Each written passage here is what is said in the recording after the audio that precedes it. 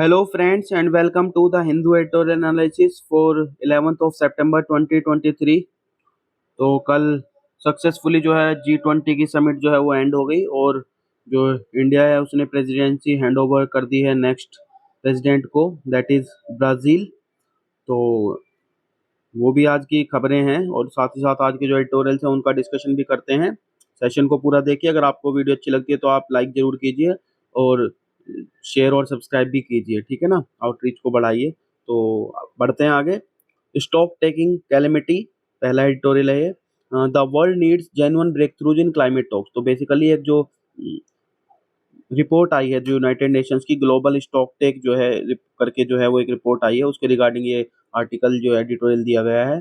तो release just ahead of G20 meet से just पहले रिलीज हुई थी and it set out the scope of challenges that awaited the major economies of the world even as it presented little beyond what is already known. हालांकि जो इतना जितना हमको जानते हैं उससे ज़्यादा तो इसने नहीं बताया, लेकिन जो चैलेंजेस आने वाले हैं उनके रिगार्डिंग इसमें थोड़ा सा बताया गया है, ठीक है ना। तो ये जो स्टॉक टेक रिपोर्ट है ये एक तरह से टेम्पलेट की तरह काम करेगी जो अभी 28th कॉन्फ्रेंस ऑफ पार्टीज होने वाली है जो दुबई में शेड्यूल्ड है नवंबर के लिए। तो वहाँ पे ये बेसिकली इस डिस्कशन के लिए टेम्पलेट ये बनाई गई है and it is mean to be an official reckoning of the work actually done by country since 2015। जो 2015 में पेरिस एग्रीमेंट के दौरान जो कमिटमेंट्स किए गए थे उसके बाद अब तक कितना काम हो गया उसके रिगार्डिंग ये डिस्कशन रहेगी। वहाँ पे एक्चुअली कितना ग्राउंड लेवल पे या रियलिटी में एक्चुअल लेवल पे कितना वर्क हुआ है उसको उस पे जो है मेनली ये रहने वाला है, ठीक है ना। It acknowledges some headway the world as of now is emitting gases in a manner that will certainly overshoot the Paris agreed limit. जो पेरिस एग्रीड लिमिट थी एक्चुअली उसको ये है कि वो तो पास कर ही जाएंगे, हम लोग उससे ज़्यादा एमिशंस कर रहे हैं, ये टेक्नोलॉजी रिपोर्ट ने किया ही है। फिर रिपोर्ट ने ये भी बताया कि जो that is necessary for implementing domestic mitigation measures to reduce global greenhouse emissions by 43% by 2030।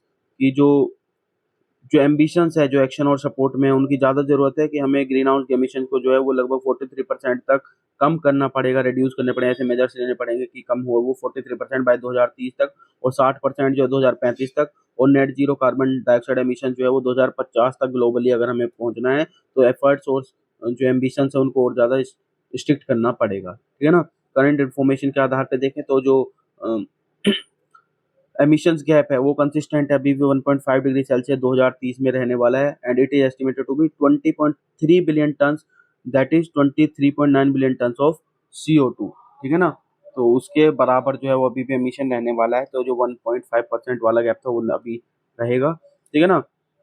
However, despite several acknowledgements by world leaders, most recently at the G20 of the magnitude of the crisis, little has been achieved in terms of energy transition। तो हालांकि commitment तो इतने सारे दिखाए गए हैं, acknowledge भी किया गया है वर्ल्ड लीडर्स के द्वारा, लेकिन अगर ग्राउंड लेवल पे देखें तो जो ट्रांजिशन कर रहे हैं ग्रीन एनर्जी की तरफ वो बहुत कम हुआ है। क्योंकि उसमें ऑर्थर ने यहाँ पे एक डाटा भी दिया है। ऑर्थर ने बताया कि G20 कंट्रीज की अगर बात करें तो these account for 93% of global operating coal power plant and 88% of prospective ones. तो 93% global operating coal power plant जो G20 कंट्रीज में ही हैं, ठीक है ना। तो इससे आइडिया लगा सकते हैं ग्राउंड लेवल पे अलग चीज़ है। और G20 लीडर्स ने भी जो है रिकॉग्नाइज किया था, अभी आपने कल भी बताया था हमने कि $5.8 to 5.9 ट्रिलियन डॉलर चाहिए अगर प्री 2030 पीरियड में डेवलपिंग कंट्रीज को चाहिए। और अगर 2030 तक हमें नेट जीरो 2050 में पहुंचना है तो 2030 तक हर साल लगभग $4 ट्रिलियन पर ईयर जो है वो चाहिए क्लीन एनर्जी टेक्नोलॉजी में इन्वेस्टमेंट के लिए, ठीक है ना। ये भी G20 ने कल कमिटमेंट जो किया था अपनी डिक्लेरेशन डेलीगेशन में उसकी रिगार्डिंग बात की है, ठीक है ना। फिर रिपोर्ट ने ये भी बताया कि need to reverse deforestation, adoption of electric vehicles as vital prongs to a clean energy economy. तो ये इन दोनों चीज़ों की जरूरत है कि आपको जो डिफोरेस्टेशन उसको रिवर्स करने की जरूरत है, जो इलेक्ट्रिक व्हीकल्स है उनकी तरफ स्विच करने की जरूरत है, अडॉप्ट करने की जरूरत है, ठीक है ना। It it does not single out individual countries or provide a more granular analysis of where the existing shortcomings are in the approach adopted by countries to crucial emissions। फिर स्टॉकटेक रिपोर्ट ने को हम मतलब ये है कि इतना, हालांकि ये सब कुछ वो है जो हम जानते हैं लेकिन इसको आप डिसमिस नहीं कर सकते। और जो अपकमिंग क्लाइमेट टॉक्स होने वाली है दुबई में, it must form the basis of negotiations to aid the discovery and adoption of genuine break through. तो जो जेन्युइन ब्रेक थ्रूज के लिए अडॉप्ट करने हैं एक्चुअल में, जिनसे जेन्युइनली कोई ब्रेक थ्रू मिल सके क्लाइमेट टॉक्स में या क्लाइमेट चेंज के एफर्ट्स में, तो उसके रिगार्डिंग ये एक बहुत इंपॉर्टेंट डॉक्यूमेंट जो है वो रहने वाला है, ठीक है ना। Secure and fair efforts to regulate unfair online trade practices are overdue। तो एक बार पहले भी हम डार्क पैटर्न से रिलेटेड आर्टिकल को डिस्कस कर सकते हैं, तो उसी के लिए है कि India efforts to regulate insidious e commerce trade practices, जिनको डार्क पैटर्न कहा जाता है, are a welcome step and long overdue. बहुत टाइम से ओवरड्यू था ये, और ये वेलकम स्टेप बताया इसको, क्योंकि ऑलरेडी जो है अगर देखें तो यूरोपियन डाटा प्रोटेक्शन बोर्ड जो है उसने गाइडलाइंस इशू कर रखे हैं इस रिगार्डिंग, और इसी तरह से यूनाइटेड स्टेट्स के जो यूएस के फेडरल ट्रेड कमीशन है उन्होंने भी लास्ट सितंबर में जो है ये वार्निंग दी थी कि there is rising sophisticated dark patterns design to trick and trap consumer. तो डार्क पैटर्न्स बेसिकली होते क्या हैं, ये आपको तब भी बताया था मैंने पहले कि डार्क पैटर्न्स क्या होते हैं। Dark patterns basically profit making के लिए यूज किए जाते हैं, लेकिन जो कंज्यूमर की अवेयरनेस है, ठीक है ना, about the consequences to privacy and time energy and money spends was unclear, ठीक है। तो डार्क पैटर्न्स बेसिकली क्या होते हैं, जैसे आप कभी फ्लाइट पे टिकट बुक करने जाते हैं तो उसमें इंश्योरेंस जो है ऑटोमेटिकली वो एड्स में ऐड ऑन हो जाता है, ठीक है ना। कई बार आप ई कॉमर्स साइट्स पे जो है शॉपिंग कर रहे हैं तो वहाँ पे ईमेल या फ़ोन नंबर जो है आपको वो रिक्वायरमेंट मैंडेटरी बताते हैं कि आपको पहले वो एंटर करने पड़े, तब आप आगे प्रोसीड कर पाएँ। फिर टेक्स्ट मैसेज जो है वो सेंड करने की परमिशन माँग लेते हैं, और उनको इन इस तरह के टेक्स्ट मैसेज और ईमेल्स को ब्लॉक करना भी वो है जो टफ हो जाता है, ठीक है ना। तो ये सारा डार्क पैटर्न से रिलेटेड है कि ये एक तरह से ई कॉमर्स पे अपने प्रोडक्ट्स को या कंज्यूमर्स को जो है अट्रैक्ट करने के मेथड्स हैं, इन सबको डार्क पैटर्न्स बोलते हैं, ठीक है ना।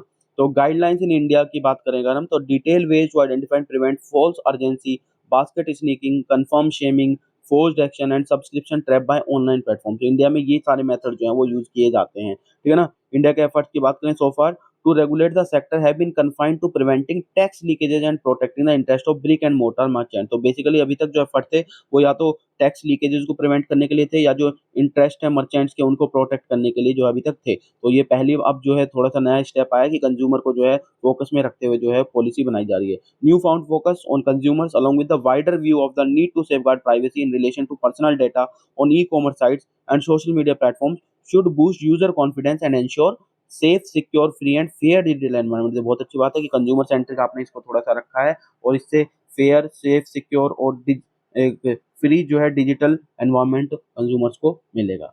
तो काफ़ी अच्छा एफर्ट है, इसलिए लॉड किया गया है काफ़ी ज़्यादा। Next is the larger project of subverting the idea of India. तो हालाँकि इतना खास है नहीं है, पॉलिटिकली ज़्यादा लगा मेरे को ये आर्टिकल हमें तो, ठीक है ना।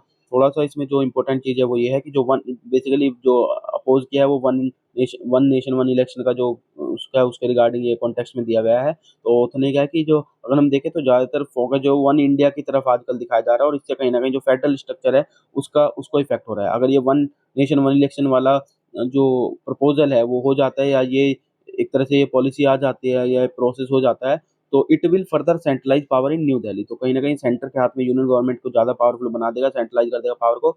Strengthen the hold of national parties when in office, और जो नेशनल पार्टी जो ऑफिस में होंगी तब उनकी पावर को और स्ट्रेंथन करेगा, जबकि जो रीजनल पार्टीज हैं उनके इंपॉर्टेंस को एक तरह से ये डिमिनिश कर देगा, रिड्यूस कर देगा, ठीक है ना। When the ruling party or coalition at the center refuse to take national decisions, fearing what impact it will have in one state or the other, then governance is disrupted। तो basically जो context में ये कहा है कि election mode में ही रह जाती है गवर्नमेंट, गवर्नेंस पे ध्यान नहीं देते। तो ऑथर ने कहा है कि गवर्नेंस तब डिसरप्ट होती है जब रूलिंग पार्टी या कोई कोलिशन है जो सेंटर में है वो रिफ्यूज कर देती है to take national decisions, fearing what impact it will have in one state or the other. ये स्टेट को कंसिडर करते हुए वो नेशनल इंटरेस्ट में जो भी स्टेप्स हैं उनको लेने से वो जब एक तरह से कतराती है, तो उसको डिसरप्शन बोला है ऑथर ने, ठीक है ना। फिर साइमल्टेनियस पोल्स के फेवर में एक आर्गुमेंट बनाया गया था कि उससे देखें तो जो वोटर टर्नआउट के रिगार्डिंग उन्होंने रिपोर्ट को साइट किया था कि 1971 से 2004 के बीच अगर देखें परसेंटेज, तो वो जब जिन-जिन में एक साथ इलेक्शन है वहाँ पे जो है लोकसभा में जब इलेक्शन होते हैं तो वोटर टर्नआउट ज़्यादा है। तो उसने यहाँ पे कहा कि this is only a rationalization for simultaneous poll idea, कि एक रेशनलाइजेशन के लिए आर्गुमेंट दे रहे हैं। A higher voter participation to be welcomed, higher voter participation बिल्कुल वेलकम स्टेप है, but it should be increase through other means. ये अलग और बाकी मीन्स से आपको बढ़ाने की कोशिश करनी चाहिए, rather than with a set of measure that will turn parts of the constitution upside down. हालाँकि ना कि आपको ऐसे कि बेसिक स्ट्रक्चर को ही आपको कॉन्स्टिट्यूशन को चेंज करना पड़ेगा, क्योंकि अमेंडमेंट आपको करना पड़ेगा, कहीं न फेडरल स्ट्रक्चर जो है वो भी आपका अफेक्ट होगा। The alterations will in effect change the basic structure of the constitution. ये ऑथर ने ऐसा बोला है कि बेसिक स्ट्रक्चर को जो है कॉन्स्टिट्यूशन को वो चेंज कर देगा। All of this will reduce the importance of state government. जो कहीं न कहीं स्टेट गवर्नमेंट का जो इम्पोर्टेंस है वो इससे कहीं न कहीं रिड्यूस होगा, मिटिगेट होगा, डिमिनिश होगा। और जो आइडिया है फेडरलिज्म का, that is also being given a body blow, और उसको भी जो है ब्लो मिलने वाला है। There will be a corresponding concentration of power in the centre, और सेंटर के हाथ में कहीं न कहीं ज़्यादा कंसंट्रेशन ऑफ पावर वो देखने को मिलेगी। फिर ऑथर ने भी कहा कि जो हेटेरोजेनिटी का कॉन्सेप्ट है उसके भी अगेंस्ट जा रहा है। जो अर्लियर मैसेज था वो यूनिफाइंग मैसेज था, वो था यूनिटी इन डाइवर्सिटी का, लेकिन अब जो हम बात कर रहे हैं वो हो गया है one one one dominant religion, one dominant language की तरफ ज़्यादा शिफ्ट होते हुए हम दिख रहे हैं। अगर proper one nation one religion और वन लैंग्वेज की बात ना करें तब भी जो है one dominant religion one dominant language की तरफ शिफ्ट होते हुए दिखा रहे हैं, ये ऑथर ने कहा है। तो ये जो यूनिफाइंग मैसेज था, जो कि यूनिटी इन डाइवर्सिटी था, जो हमारे को वो हेट्रोजीनियस कम्युनिटी, हेट्रोजीनियस सोसाइटी को, कम्युनिटीज को, ट्रेडिशंस को, लैंग्वेज को जो है वो दर्शाता था।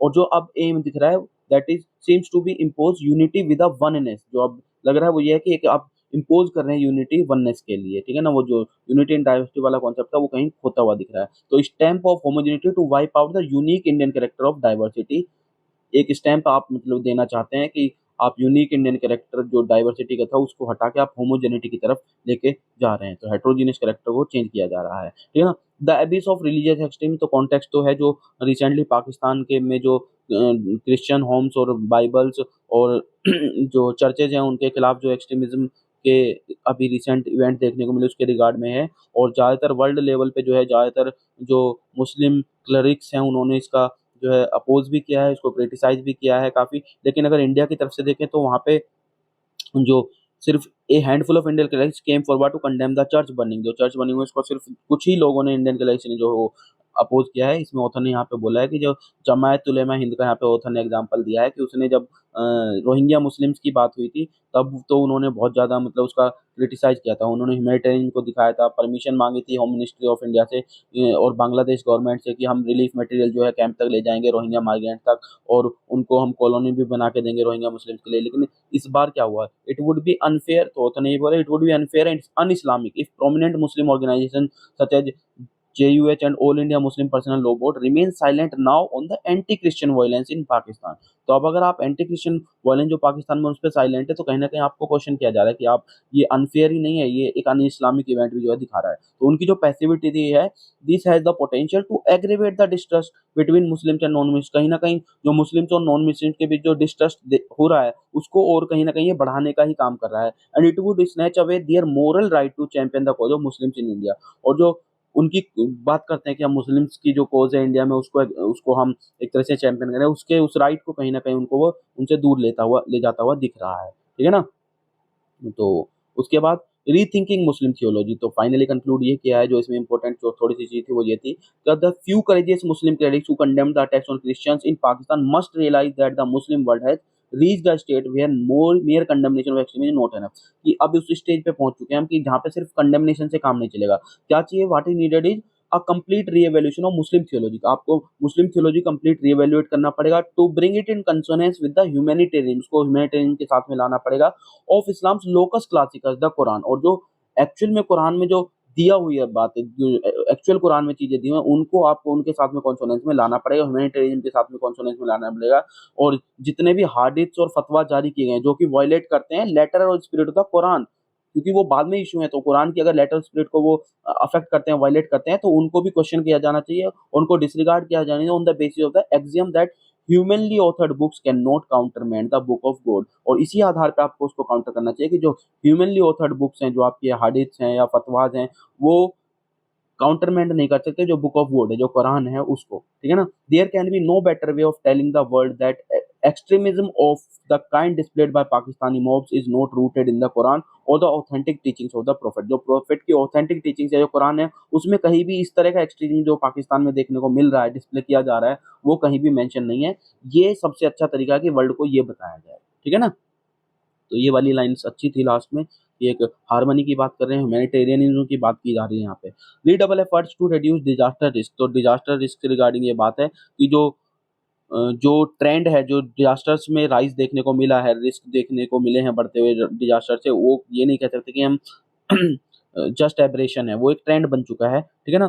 It is the most vulnerable country, और ये देखा जाए तो जो मोस्ट वल्नरेबल कंट्रीज हैं और कम्युनिटीज हैं which are paying the greatest price despite having contributed least to the problem, उनका प्रॉब्लम में बिल्कुल लीस्ट रोल है, लेकिन सबसे ज्यादा पे उन्हीं को करना पड़ रहा है इन डिजास्टर्स का जो प्राइस है वो, ठीक है ना। सॉल्यूशंस की बात करें अगर, तो इंडिया देखें इंडिया या वर्ल्ड पे भी देखें तो first we have the solutions for both adaptation and mitigation at hand. तो हमारे पास दोनों तरह के सॉल्यूशन, एडेप्टेशन के भी और मिटिगेशन के भी। अगर सस्टेनेबल डेवलपमेंट गोल्स को देखें, these remain our best blueprint for peace and prosperity together with commitment made in Paris to limit global warming to 1.5 degree Celsius and the global framework for reducing disaster risk. तो जो Sendai framework है for disaster risk resilient infrastructure वो, और जो Paris agreement में climate global warming पे बनाए गए वो, और जो सस्टेनेबल गोल्स हैं वो, ये कहीं ना कहीं सॉल्यूशंस हैं जो हमारे पास ऑलरेडी हैं। ठीक है।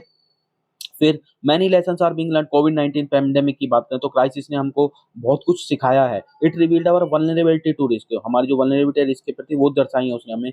But also for the new ways of working together. उसने नए तरीके सिखाए हमें एक साथ मिलकर कैसे काम किया जाता है, including through digital innovation. Digital innovations को कैसे यूज किया जा सकता है एक साथ काम करने में, computer modelling and India's CoWIN digital vaccine system. जो कोविन डिजिटल वैक्सीन सिस्टम उसको भी उसने यहाँ पे एग्जाम्पलीफाई किया कि उन सब चीज़ों से हमें काफ़ी कुछ सीखने को मिला है। फिर 15th फाइनेंस कमीशन को भी ऑथर ने यहाँ पे वो क्या एड्रेस किया कि इट है 15th commission introduce the significant reform to disaster risk financing की। जो उसने रिकमेंड किए थे, इंट्रोड्यूस किए थे significant reform to disaster risk finance को भी उन्होंने बोला था। और टोटल एलोकेशन जो है वो 28.6 बिलियन डॉलर जो किया था at national state levels for a period of 5 years. The government of India has provided sufficient resources for disaster preparedness, response, recovery and capacity development। तो इंडियन गवर्नमेंट ने disaster risk के लिए, preparedness के लिए, response के लिए, recovery के लिए, कैपेसिटी डेवलपमेंट के लिए जो है काफ़ी जो है फाइनेंशियल तरीके पे देखें तो फाइनेंसिंग भी काफ़ी अच्छी की है। इंटरनेशनल स्टेज की बात करें तो इंडिया जो है प्रमोट करती है डिजास्टर रेजिलियंस को भी और सस्टेनेबिलिटी, दोनों चीज़ों को ही इंडिया इंटरनेशनल लेवल पे जो है वो प्रमोट करती है। ठीक है ना। Including through the coalition for disaster agency जो CDR है उसको भी इंडिया जो है उसके थ्रू जो है प्रमोट करती है इन चीज़ों को। इंडिया का ऑनगोइंग G20 प्रेसिडेंसी में भी जो है वो उसने एस्टेब्लिश किया था। First ever work stream on disaster risk reduction पे उसने बात की है। तो disaster risk reduction working group जो है वो अलाइन किया गया था with sustainable development goals and reflects many of our shared priorities. इस रीजन में जो डिजास्टर रिस्क है उसके फील्ड में या उसकी तरफ जो है काफ़ी सारे जो हमारे शेयर प्रायोरिटी है उनको जो है एड्रेस करने के लिए disaster risk reduction working group जो है वो उसको अलाइन किया गया SDG की तरफ। ठीक है ना। ट्रांसफॉर्मेशंस वी नीड, किस तरह की जरूरत है हमें। Disaster risk must be integrated at all level into how we build, how we invest and how we live. हर लेवल पे जो है डिजास्टर रिस्क जो है इंटीग्रेट करने की जरूरत है।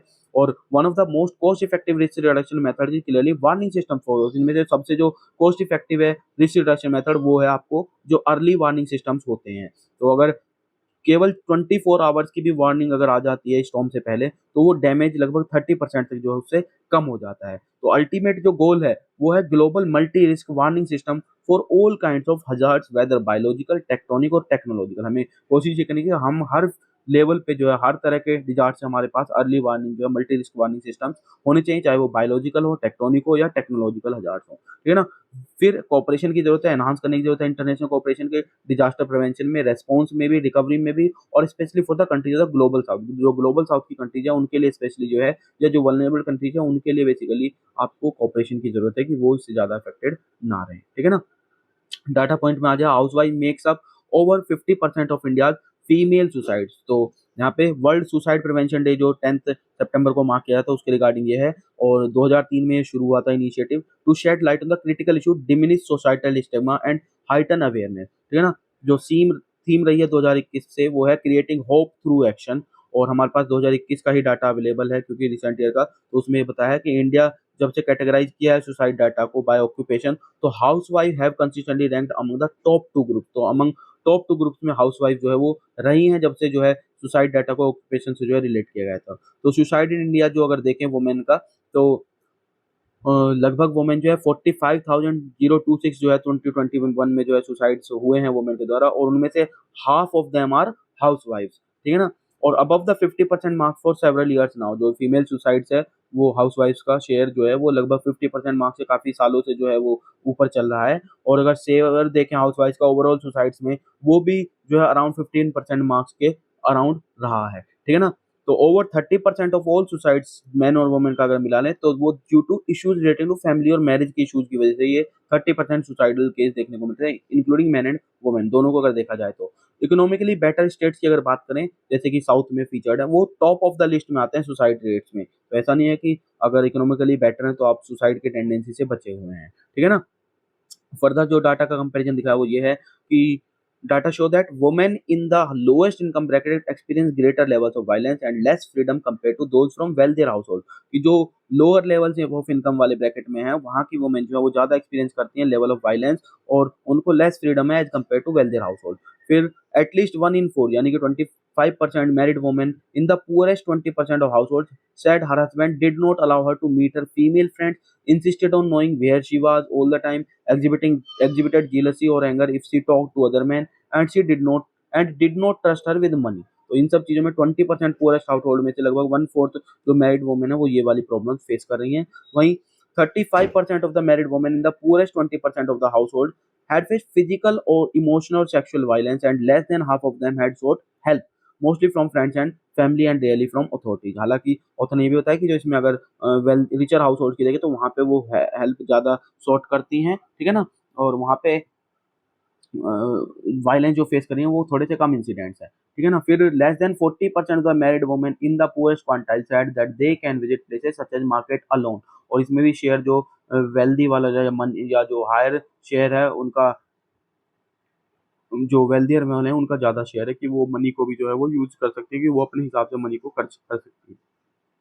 आगे देखते हैं यहाँ पे G20 में जो आउटकम्स हुए वो तो कल हमने काफ़ी अच्छे से डिस्कस किए हैं और थोड़ा-सा जो था वो इसमें आज आया हुआ है, ठीक है ना।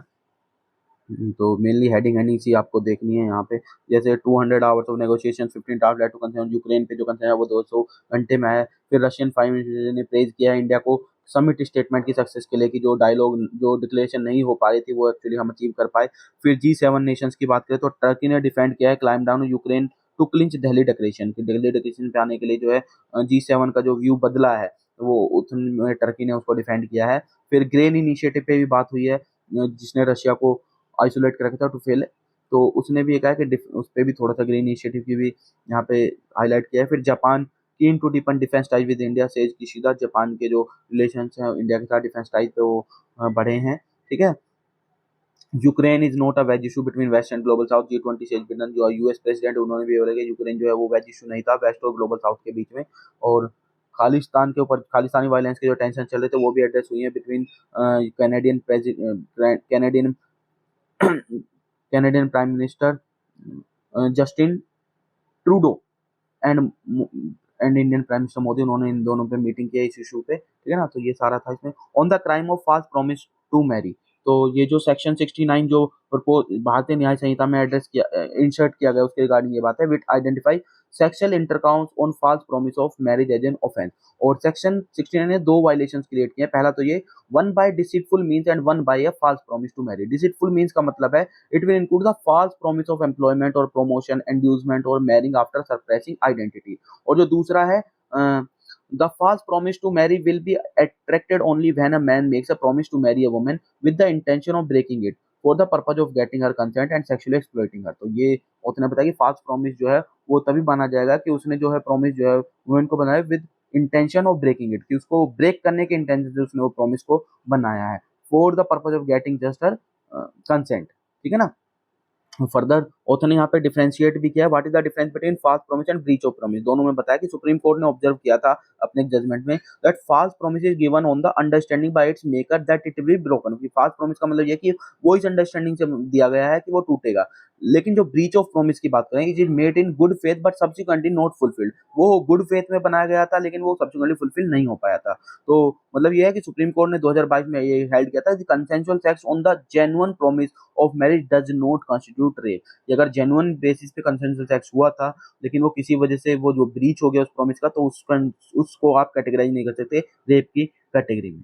वहीं पे जो अगर फेमिनिस्ट देखें तो उन्होंने ये बोला है कि वो उसका थोड़ा क्रिटिसाइज कर रहे हैं। एक और चीज है कि जो सेक्शन 69 हुआ है उसने सिर्फ कोडिफाई किया ऑफेंस को instead of creating a new one. कोई न्यू वन नहीं बनाया, उसने जस्ट इस ऑफेंस जो ऑलरेडी था उसको कोडिफाई किया है, ठीक है ना। दो क्रिटिक्स हैं इसमें जो सेक्शन 69 के रेगेंड रहते हैं जो अभी भी अनस्क्रूटाइज माने जा रहे हैं। पहला तो ये है कि जो स्कॉलर्स हैं वो ये कहते हैं कि such applications promote restrictive ideas about women marriage and consent, कि इन चीजों के अगर जो है वो रेस्ट्रिक्टिव आइडिया जो ऑलरेडी हैं उनको कहीं ना कहीं प्रमोट करते हैं।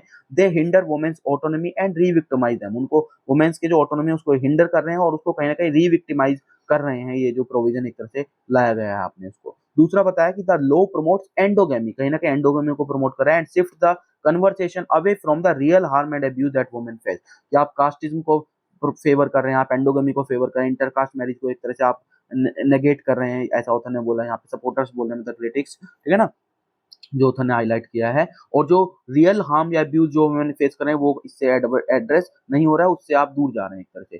तो without clarity on justifiable intentions, commentators add the bill would empower a cycle where the consequences of crime are specified but the consequences of harm which women bear are overlooked। तो आपने consequences जो crime के हैं उनको तो आप specified कर रहे हैं, लेकिन जो consequences हार्म के हैं जो वुमेन बियर कर रही हैं आप उनको कहीं ना कहीं ओवरलुक कर रहे हैं। तो ऐसा ऑथर ने यहाँ पे कंक्लूड किया है, ठीक है ना।